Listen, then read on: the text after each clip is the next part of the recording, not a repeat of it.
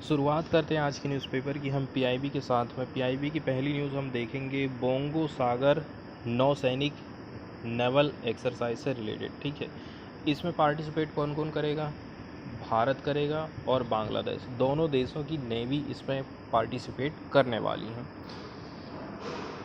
Indian navy, भारतीय नौसेना और बांग्लादेश की नेवी, जिसको शॉर्टकट में बीएन बोलते हैं, दोनों के बीच में बाइलेटरल नवल एक्सरसाइज बोंगो सागर का ये तीसरा संस्करण है। डेट बताई गई है 24 मई 2022 को। बांग्लादेश के पोर्ट मोंगला में स्टार्ट हो गया है और बताया जा रहा है इस एक्सरसाइज का हार्बर चरण 24 से 25 मई तक निर्धारित किया गया, जिसके बाद 26 से 27 मई तक बंगाल की उत्तरी खाड़ी में एक समुद्री चरण आयोजित किया जाएगा। अलग अलग पार्ट में इसको डिवाइड कर दिए गए हैं। ठीक है, अब 24 मई से तो चालू हो गया है, कहाँ पर? मोंगला, पोर्ट मोंगला में चालू हो गया। फिर सेकंड वाला हार्बर में होगा। इसके बाद बंगाल की उत्तरी खाड़ी में समुद्री चरण इसका आयोजन किया जाएगा, ऐसा यहाँ पर बताया जाता है। आखिर करवाया क्यों जाता है? इसलिए करवाया जाता है कि जो दोनों देशों की नौसेनाएं हैं, दोनों के बीच में समुद्री अभ्यास, और कभी यदि जंग की कार्रवाई होती है तो उसको कैसे संचालन करना, हाई लेवल की पारस्परिकता और संयुक्त परिचालन कौशल को बढ़ावा देना इसका मेन उद्देश्य है। भारत की तरफ से कौन सा जहाज़? कोरा, इसको हमने स्वदेश निर्मित गाइडेड मिसाइल कार्वेट है, और एक स्वदेश निर्मित अपतटीय गश्ती मतलब कि जो एक जांच पड़ताल करते रहता है ना, कहीं समुद्री लुटेरा या कहीं कोई दुर्घटना हो जाती है तो उसके लिए हमेशा तैयार रहना, माल की ढुलाई करना, तो उसका नाम है सुमेधा। एक का नाम है कोरा। दो लोग इसमें पार्टिसिपेट कर रहे हैं। बांग्लादेश की तरफ से बीएनएस अबू उबैदा भाग ले रहा है और हैदर अली, ये दोनों ही गाइडेड मिसाइल फ्रिगेट है। हार्बर फेज के बारे में बात करें तो हार्बर वाला जो चरण रहेगा उसमें क्या क्या इंक्लूड है? उसमें प्रोफेशनल और सोशल इंटरेक्शन होने वाला है, प्रोफेशनल तरीके से और सामाजिक सबसे पहले इंटरेक्शन होगा। इसके अलावा फ्रेंडली स्पोर्टिंग फिक्सचर भी इसमें रखे गए हैं। In addition to the tactical level planning discussion on the conduct of exercise 8C, इसके अलावा इसमें टेक्टिकल लेवल प्लानिंग मतलब सामरिक का मतलब होता है युद्ध संबंधित, इससे रिलेटेड लेवल की प्लानिंग भी होने वाली, इसका भी डिस्कशन किया जाएगा। इसके अलावा ये जो सी फेस की एक्सरसाइज हो रही है ना, इससे दोनों देशों के जो शिप्स रहेंगे, ठीक है, दोनों नेवी के पार्टिसिपेट कर पाएंगे इंटेंसिव सरफेस वारफेयर ड्रिल्स में। इसके अलावा वीपन फायरिंग संबंधित अभ्यास, seamanship evolution and coordinating air operation in A tactical scenario. तो ये हमने देखे बोंगो सागर युद्ध अभ्यास से रिलेटेड जानकारी। यहाँ पर यदि हम बेसिक्स की बात करें तो बोंगो सागर युद्ध अभ्यास नेवल एक्सरसाइज की शुरुआत होती है, इसका पहला एडिशन आया था आपका 2019 में पहली बार इसका आयोजन कराया गया था। इसका उद्देश्य क्या है? इसका उद्देश्य है हमें डेवलप करना है इंटर ऑपरेबिलिटी, ठीक है, आपस में अंतर संचालन जिसको बोलते हैं इंटरऑपरेबिलिटी। इसके अलावा जॉइंट ऑपरेशनल स्किल में बढ़ावा देना है through the conduct of wide spectrum of maritime exercise and operation. इसमें भाग कौन कौन लेता है? इसमें भाग लेते हैं naval ships from both countries, दोनों देशों के नौसैनिक जहाज इसमें भाग लेते हैं। along with the maritime patrol aircraft भी हो सकता है, helicopter will be participating in the exercise. एक न्यूज़ आई है जो कि साइंस से रिलेटेड है। इसमें बताया जाता है वैज्ञानिक लोगों ने एक ऐसी स्मार्ट सामग्री को विकसित किया है जो प्रकाश को तापीय ऊर्जा में परिवर्तित करके आसानी से प्रकाश उत्तेजना पर प्रतिक्रिया देती है। मतलब एक ऐसी सामग्री जो कि प्रकाश ऊर्जा को तापीय ऊर्जा में परिवर्तित कर सकती है। ये सॉफ्ट रोबोटिक्स और माइक्रो इलेक्ट्रोमैकेनिकल सिस्टम के जो भी उपकरण होते हैं इनमें यूज़ करने के लिए सौर ऊर्जा का यूज़ कर सकती है। मतलब यहाँ पर ये बताया जा रहा है कि जो सॉफ्ट रोबोटिक्स होता है, माइक्रो इलेक्ट्रोमैकेनिकल कोई सिस्टम है, इनके यदि कोई उपकरण हमने बनाए हैं और उनका यूज़ करना चाहते हैं, यहाँ पर सौर ऊर्जा का यदि यूज़ करना है तो इसके लिए हम किसका प्रयोग करेंगे, जिसका वैज्ञानिकों ने स्मार्ट सामग्री को विकसित किया है, क्योंकि ये प्रकाश ऊर्जा को तापीय ऊर्जा में चेंज कर सकती है। अनेक स्मार्ट सामग्री ने प्रकृति में बहुयात में देखे गए उत्तेजना प्रतिक्रियात्मक व्यवहार को सफलतापूर्वक दोहराया, जैसे कि वीनस फ्लाई ट्रैप, पाइन कोन, मिमोसा पुडिका का पत्ता, या फिर जिस छुई का पौधा, या सूरजमुखी हमेशा सूर्य के अभिमुख रहने की कोशिश करता है। एक एग्जाम्पल देने की कोशिश करी गई है, ठीक है, कि वो किस प्रकार से लाइट से प्रभावित हो रहा है। जैसे कि सूरजमुखी, जिधर सूरज का मुख रहेगा वो अपना फूल उधर ही खिलाता है। जिस सामग्री की बात की जा रही है उसका नाम है LCN, मतलब लिक्विड क्रिस्टल पॉलीमर नेटवर्क। एक स्मार्ट सामग्री है, वैज्ञानिक लोगों ने इसको ही खोज किया है। इसको आप गर्म करिए, एक समान रूप से संरेखित, मतलब कि उसको आप ऐसा ऐसा ना करके आप एक समान लाइन में संरेखित करिए, तो इसकी जो फिल्म बनेगी LC तरल चरण संक्रमण के कारण प्रतिवर्ती 2 या फिर 3D आकार में ये चेंज हो जाती है। छड़ के आकार के LC अणुओं के एवरेज अभिविन्यास में हम हेर फेर कर सकते हैं, उसको झुका सकते हैं, कर्लिंग बना सकते हैं, यहाँ तक कि सर्पीला फीता जैसा आकृति भी हम बना सकते हैं। अभी तक ऐसा कहा जाता था, पहले की जो डिवाइस हुआ करती थी, ठीक है, उनको ज़रूरत पड़ती थी एडिशनल लेयर की to the photo responding film to achieve bidirectional actuation. जैसे कि हम यहाँ से उसकी डायरेक्शन को चेंज कर दे रहे हैं, पहले इतने आसानी से उनको नहीं बदला जा सकता था, इसके माध्यम से ये संभव हो पाया। Converting external energy to motion, क्योंकि हम जो एक्सटर्नल एनर्जी है उसको मोशन में बदल रहे हैं, जैसे कि सूरजमुखी और छुई के पौधे की यहाँ पर बात करी गई। वैज्ञानिक लोगों के लिए इन्होंने यहाँ पर क्या प्रोसेसिंग किया था, इन्होंने LCN की जो फिल्म थी उसको स्प्रे आउट कर दिया। कैसे करके? Cross linking a mixture. जो मिक्सचर था मोनोफंक्शनल और बाई फंक्शनल लिक्विड क्रिस्टल मेसोजोन का, दोनों को क्या कर दिया, क्रॉस लिंक कर दिया था। इसके बाद स्प्रेड आउट कर दिया LCN फिल्म को। The two types of liquid crystal mesogens comprise 1 and 2 molecular unit to absorb light. जिस लिक्विड की बात करी जा रही है, मेसोजेन एक प्रकार का केमिकल कंपाउंड है, बताया जा रहा है इसमें शामिल है 1 और 2 मोलिकुलर यूनिट को एब्जॉर्ब कर सकते हैं ये लाइट को, respectively, and incorporate near infrared active dye into the system. फिर इसके बाद ये क्या काम कर लेते हैं, इनकॉर्पोरेट कर लेते हैं अपने पास में ही जो नियर इंफ्रारेड एक्टिव डाई रहती है उसको सिस्टम में शामिल कर लेते हैं।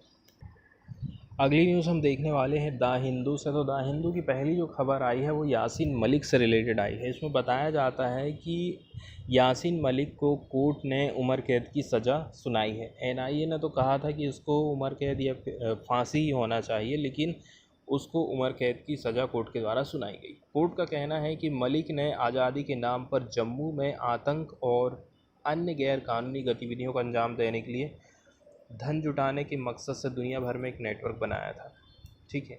इसके बाद फिर NIA ने स्वतः संज्ञान लिया, सो मोटो जिसको बोलते हैं। इस मामले में 30 मई 2017 को केस दर्ज करा था। मामले में 10 से 12 लोगों के खिलाफ 18 जनवरी 2018 को चार्जशीट दायर की गई। इसके बाद 7 मार्च 2019 को यासीन मलिक को NIA ने अरेस्ट कर लिया था। NIA ने क्या कहा, लश्कर तैयबा, हिजबुल मुजाहिदीन, JKLF, जैसे मोहम्मद जैसे जो आतंकी संगठन हैं, इन्होंने पाकिस्तान की ISI के समर्थन से नागरिकों पर, सुरक्षा बलों पर हमला करा है। इससे घाटी में बड़े पैमाने पर हिंसा हुई थी, इसलिए इनको उम्र कैद मिली। कौन कौन सी धाराएं लगाई गई हैं इसके, इनमें लगी है UAPA की धारा 16 आतंकवादी गतिविधि, 17 है आतंकवादी गतिविधियों के लिए धन जुटाना, फिर UAPA की धारा 18 है आतंकवादी कृत्य की साजिश करना है, धारा 20 में मतलब आतंकवादी समूह या संगठन का सदस्य होने और भारतीय दंड संहिता की धारा 120 बी और इसके अलावा 124 ए भी लगाया गया देशद्रोह। यहीं पर हम देखेंगे एनआईए के बारे में, जिसको हम बोलते हैं राष्ट्रीय अन्वेषण अभिकरण, नेशनल इन्वेस्टिगेशन एजेंसी। इसकी स्थापना हुई थी 2009 में एनआईए एक्ट 2008 के माध्यम से। ठीक है, ये देश की सेंट्रल आतंकरोधी कानून प्रवर्तन एजेंसी है। हमारे देश की आतंकवाद से लड़ने के लिए, जांच करने के लिए ये प्रमुख एजेंसी मानी जाती है। इसकी स्थापना 2008 में जो मुंबई आतंकवादी हमला हुआ था 26/11 का, इसी के बेस में किया गया था। नेशनल लेवल पर इस हमले के बाद जो भय और आतंक बन गया था ना, उससे देश में एक ऐसे संघीय एजेंसी की ज़रूरत अनुभव की गई जो स्पेशल रूप से आतंक से जुड़े अपराधों को रोक सके। इसका मुख्यालय दिल्ली में है। हैदराबाद, गुवाहाटी, मुंबई, लखनऊ, कोच्चि, कलकत्ता, जम्मू और रायपुर में इसकी ब्रांच ऑफिस है। इसके अलावा एनआईए का एक विशेष कोषांग सेल भी है, टीएफएफ सेल, जो कि जाली मुद्रा और आतंकी वित्त पोषण से, टेरर फंडिंग से रिलेटेड मामले देखता है। ठीक है, एनआईए एक महानिदेशक के अंडर में काम करता है, जिसकी नियुक्ति करती है केंद्र सरकार, और उसकी पावर किसी राज्य के पुलिस महानिदेशक के बराबर ही रहता है। अब ये आ जाता है होम मिनिस्ट्री के अंतर्गत। ठीक है, प्रशासकीय नियंत्रण के कंट्रोल में आती है।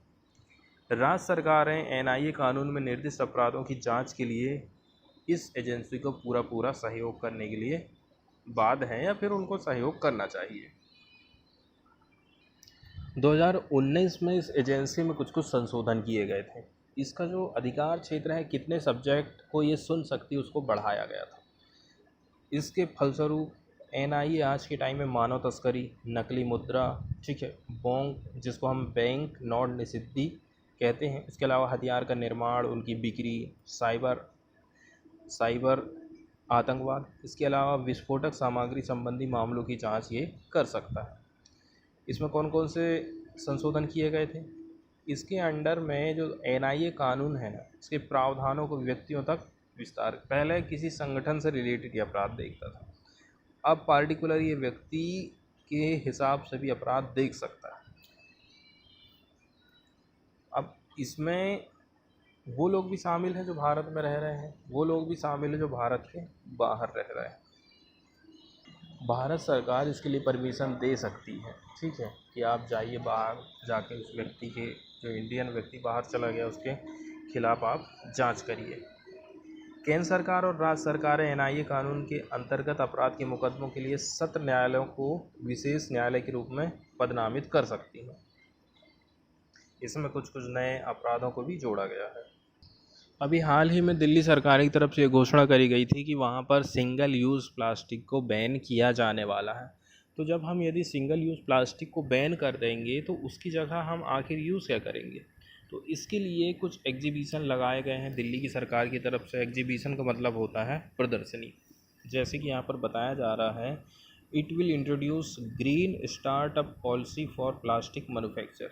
जो प्लास्टिक बनाने वाले हैं उनके लिए एक नया मौका है कि आप जो है ग्रीन स्टार्टअप पॉलिसी चालू कर दीजिए, ताकि आपकी जो भरपाई हुई है वो पूरी हो सके। जैसे कि मना किया गया है ईयरबड विद प्लास्टिक स्टिक। ठीक है, ऐसे ईयरबड्स जिनमें प्लास्टिक स्टिक रहता है उसको मना कर दिया गया। इसके स्थान पर आप क्या यूज़ कर सकते हो? Bamboo and other wooden stick for buds, इनका इस्तेमाल आप कर सकते। प्लास्टिक का जो फ्लैग होता था उसकी जगह में आप क्लोथ का फ्लैग यूज़ करो विथ वुडन स्टिक, और उसमें जो स्टिक रहेगी वो, ये वाली जो स्टिक रहेगी वो लकड़ी की रहेगी, और ये जो रहेगा प्लास्टिक की जगह में क्या रहेगा? कपड़े का रहेगा। ठीक है, इसके अलावा प्लास्टिक कटलेरी आइटम हो गए तो इसकी जगह आप जो है स्टेनलेस स्टील पे यूज़ करिए, सिरामिक, ठीक है, मिट्टी के बर्तन, बायोडिग्रेडेबल कप यूज़ कर लीजिए, वुडन फोर्क एंड स्पून का इस्तेमाल कर सकते हैं। लकड़ी के भी चम्मच आते हैं। पहले के टाइम में जब मिट्टी की हांडी में बनाते थे उस टाइम में तो लकड़ी की चम्मच ही इस्तेमाल में लाई जाती थी। ठीक है, रैपर की जगह आप क्या यूज़ सकते हैं, या फिर पैकेजिंग फिल्म की जगह में यहाँ आप सेल फोन या फिर सेलुलस की फिल्म यूज़ करिए, रिसाइकल्ड पेपर यूज़ करिए, रिसाइकल्ड कार्डबोर्ड का इस्तेमाल करना है। कुछ टाइम पहले एक नोटिफिकेशन आया था जिसमें बताया गया था कि 19 आइटम सिंगल यूज़ प्लास्टिक वाले SUP आइटम इनको ख़त्म कर दिया जाएगा। कब से? 1 जुलाई से। ऐसा कहा था दिल्ली के एनवायरमेंट मिनिस्टर गोपाल राय ने। तो इनका कहना है इनकी जगह पर हम आखिर क्या यूज़ करेंगे, इसके लिए हमने कुछ प्रदर्शनी लगाई है। इसके बाद वाली जो न्यूज़ है वो हम देखने वाले हैं नौकरशाही, जिसको इंग्लिश में ब्यूरोक्रेसी हम कहते हैं। ब्यूरोक्रेसी के अंतर्गत IPS, IAS और जो IRS होते हैं, जिसको हम IFS बोलते हैं, ठीक है, वो लोग शामिल होते हैं। इसमें बताया जाता है NCERT की किताब में हमारी, जिसमें ब्यूरोक्रेसी के बारे में बहुत अच्छी बातें बताई गई हैं कि जो एक IAS ऑफिसर रहता है उसको कभी भी किसी भी राजनीतिक पार्टी का समर्थन नहीं करना चाहिए, ठीक है, क्योंकि पार्टियां तो आते जाते रहती हैं, ये लोग परमानेंट रहते हैं। तो नौकरशाही नीतियों पर विचार करते समय किसी राजनीतिक दृष्टिकोण का समर्थन नहीं होना चाहिए, क्योंकि हमारे जो डेमोक्रेसी है इसमें संभव होता है कि कोई पार्टी चुनाव में हार जाती, नई सरकार पिछली सरकार की नीतियों की जगह में नई नीतियां अपनाना चाहती। ऐसी स्थिति में प्रशासनिक मशीनरी की जिम्मेदारी IAS ऑफिसर की जिम्मेदारी है कि वो नई सरकार को अपनी नीति बनाने और उसे लागू करने में मदद करेगा, ठीक है। आजकल ब्यूरोक्रेसी का रूप बहुत जटिल हो गया, इसमें कई सारी चीज़ें आ जाती हैं, जैसे अखिल भारतीय प्रांतीय सेवा, स्थानीय सरकार कर्मचारी, लोक उपक्रमों के तकनीकी और प्रतिबंधी अधिकारी इसमें शामिल हो जाते हैं। यहाँ पर बेसिक जानकारी ये बताई जाती है, जो IAS होते हैं, IPS जिसको प्रशासनिक सेवा कहते हैं, भारतीय पुलिस सेवा कहते हैं, इनके कैंडिडेट का चयन संघ लोक सेवा आयोग करता है, UPSC एग्ज़ाम कंडक्ट कराता है। और ये जो UPSC रहता है, ठीक है, ऐसा बनाया गया है कि बिना किसी भेदभाव के आप भर्ती लीजिए, और आपके जो सदस्य रहते हैं उसको हटाना इतना आसान नहीं होता, ताकि वो फ्री और फेयर तरीके से एग्ज़ाम कंडक्ट करा सकें, ठीक है। तो जो सिविल सेवाएं हैं उसमें क्या क्या चीज़ें जाता है? अखिल भारतीय सेवाएं, जिसमें भारतीय प्रशासनिक सेवा और भारतीय पुलिस सेवा आती है। एक होता है सेंट्रल वाली सेवाएं, इसमें भारतीय विदेश सेवा, भारतीय राजस्व वाली सेवा। प्रांतीय सेवाओं में आ जाती हैं स्टेट लेवल वाली सिविल सर्विस, ठीक है। अखिल भारतीय में IAS और IPS आता है, ठीक है। केंद्रीय सेवाओं में भारतीय विदेश सेवा, भारतीय राजस्व सेवा, और लास्ट में जाता है स्टेट वाली सेवाएं, ठीक है। नौकरशाही ये जो होते हैं ना, कि ये अधिकारी प्रांतीय स्तर पर शीर्षस्थ नौकरशाही की रीढ़ होते हैं, ठीक है। प्रांत में यदि स्टेट में इनकी नियुक्ति की गई है तो वो सबसे बड़े अधिकारी माने जाते हैं। यहाँ पर कुछ पावर को लेकर के बात करी गई है कि देखो, एक IAS अथवा IPS अधिकारी किसी एक स्टेट गवर्नमेंट में स्थापित कर दिया जाता, पोस्टिंग कर दी जाती है, फिर वो राज्य सरकार की देखरेख में काम करेगा। लेकिन IAS और IPS अधिकारी केंद्र सरकार द्वारा नियुक्त करे जाते और वो केंद्र सरकार की सेवा में वापस जा सकते हैं। सबसे बड़ी बात ये होती है कि केवल सेंट्रल गवर्नमेंट ही उनके विरुद्ध अनुशासनात्मक कार्रवाई कर सकती है, ये पावर केंद्र सरकार के पास। इसका मतलब ये हो गया कि राज्यों के प्रमुख प्रशासनिक अधिकारी केंद्रीय सरकार की देखरेख और नियंत्रण में, स्टेट गवर्नमेंट के पास पावर नहीं है। न्यूज़ ज़्यादा कोई ख़ास नहीं आई थी, लेकिन यहाँ पर ये बताया जाता है जो IAS ऑफिसर हैं पूजा सिंघल, ठीक है, इनको सस्पेंड कर दिया गया है फ्रॉड के मामले में। और जो झारखंड के IAS ऑफिसर हैं पूजा सिंघल, अभी वो जुडिशियल कस्टडी में रहने वाली हैं 8 जून तक। नेक्स्ट न्यूज़ है हमारी हेट स्पीच को लेकर के। तो हेट स्पीच आखिर है क्या? ठीक है, सरल शब्दों में कहें तो देखो, किसी भी ऐसी बात आप हरकत कर रहे हो, आप भावना दिखा रहे हो अपनी, बोल करके, लिख करके, ठीक है, दृश्य माध्यम से आप यदि प्रसारित कर रहे हैं अपनी बात को, जिससे हिंसा भड़क जा रही है, धार्मिक भावना उससे आहत हो रही, नुकसान पहुंच रहा है, ठीक है, या फिर किसी ग्रुप के बीच में आप धर्म, नस्ल और जन्म स्थान या फिर भाषा के आधार पर क्या पैदा कर रहे हो, नफरत, विद्वेष पैदा कर रहे हो, वो सारी चीज़ें हेट स्पीच के अंदर में आ जाती। मतलब कि धर्म के आधार पर विद्वेष आपको नहीं पैदा करना है, ठीक है, या फिर आपको लोगों को हिंसा नहीं भड़काना है, धार्मिक भावना आहत नहीं करना है, करते हैं तो वो हेट स्पीच के अंडर में आ जाता है। लेकिन फिर क्या है ना, इसका मिसयूज़ भी बहुत ज़्यादा होते रहता है। पॉलिटिकल पार्टी अपने विपक्षी लोगों को, विरोधी लोगों को हेट स्पीच के अंदर में जेल में डालते जाती हैं। ठीक है, इससे उनके जो मौलिक अधिकार रहता है, बोलने की जो स्वतंत्रता होती है, उसका हनन होता है। इनका इस्तेमाल अपनी राय जाहिर करने वाले लोगों के खिलाफ बहुत ज़्यादा हो रहा है। ठीक है, एक पिटीशन यहाँ जाहिर करी गई थी जिसमें कहा गया था कि वर्तमान कानून की वजह से कोई शख्स, ठीक है, वर्तमान कानून की वजह से कोई शख्स लोगों की सोच बदलने के लिए पब्लिक डिबेट नहीं कर सकता है, क्योंकि इन कानूनों ने उसको चुप करा दिया है।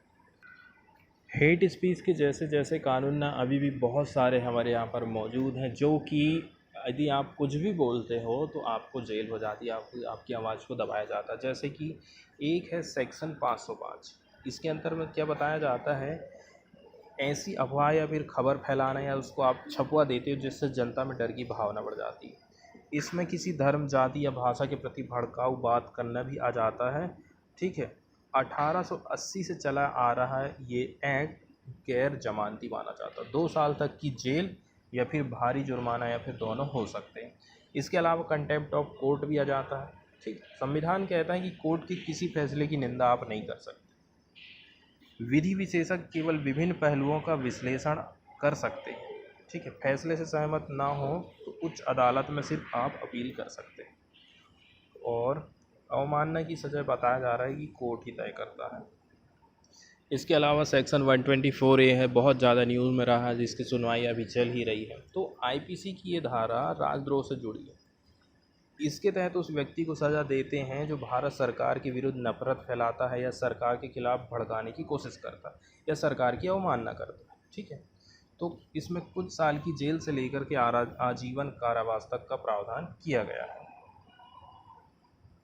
न्यूज़ देखें तो एक एमएलए हैं, ठीक है, जो कि सेवानिवृत्त हो चुके हैं, इनको जेल में डाला गया है। केरला में हेट स्पीच केस इनके ऊपर लगाया गया है।